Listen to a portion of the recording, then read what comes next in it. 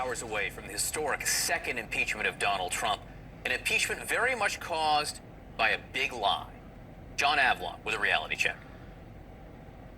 We can't forget that the attack on the U.S. Capitol and the new impeachment proceedings against this president are all happening because Donald Trump told a big lie loudly, and many of his supporters believed him. We will stop the steal. We won this election, and we won it by a landslide. I think the election was stolen from him, but he didn't lose the election. It's unquestionable that our votes were stolen. It's unquestionable. It's an obvious and self-serving lie, pushed by the president because he cannot confront the fact that he is a loser, and he's willing to burn America's democracy down to distract from that fact. But his war on reality has been aided and abetted by zealots and spineless Republicans alike, amplified by sycophants on partisan media who profit off polarization. The sickening thing is that some of them knew it was all a lie, but they went along with it anyway. But don't take my word for it. Listen to Republican Congressman Mike Gallagher. Behind closed doors, a lot of my colleagues would say, okay, I know this is the wrong thing to do. The true believers who actually believed the arguments they were making were less than 10%. This election wasn't stolen. It wasn't even close. Listen to Republican Senate Majority Leader Mitch McConnell. Nothing before us proves illegality anywhere near the massive scale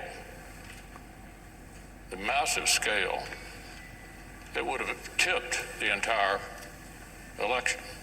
This election actually was not unusually close. Just in recent history, 1976, 2000, and 2004 were all closer than this one. High-level White House officials knew Trump was lying. Here's his former communications director, Alyssa Farah. I was asked to stand down, and the message instead of the election was stolen is what won the day. And it's wrong. We didn't win because we just came up short, and that happens. We know that the results were not going to be overturned. We knew that it was a stunt. As General John Kelly, Trump's former chief of staff, told Jake Tapper, what happened on Capitol Hill yesterday is a direct result of his poisoning the minds of people with the lies and the frauds. Now, some Trumpers might think they know the president better than his chief of staff or his communications director. They don't.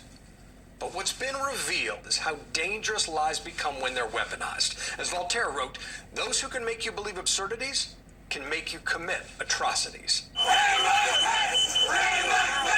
Now the fever is breaking for some Republicans on Capitol Hill who've experienced the violence that comes from extremist lies. And when we look back at this time, it will seem strange that we had a president who insisted lies were the truth and the truth was a lie, and that so many people believed him. But you reap what you sow, and this is a time for truth and consequences. And that's your reality check.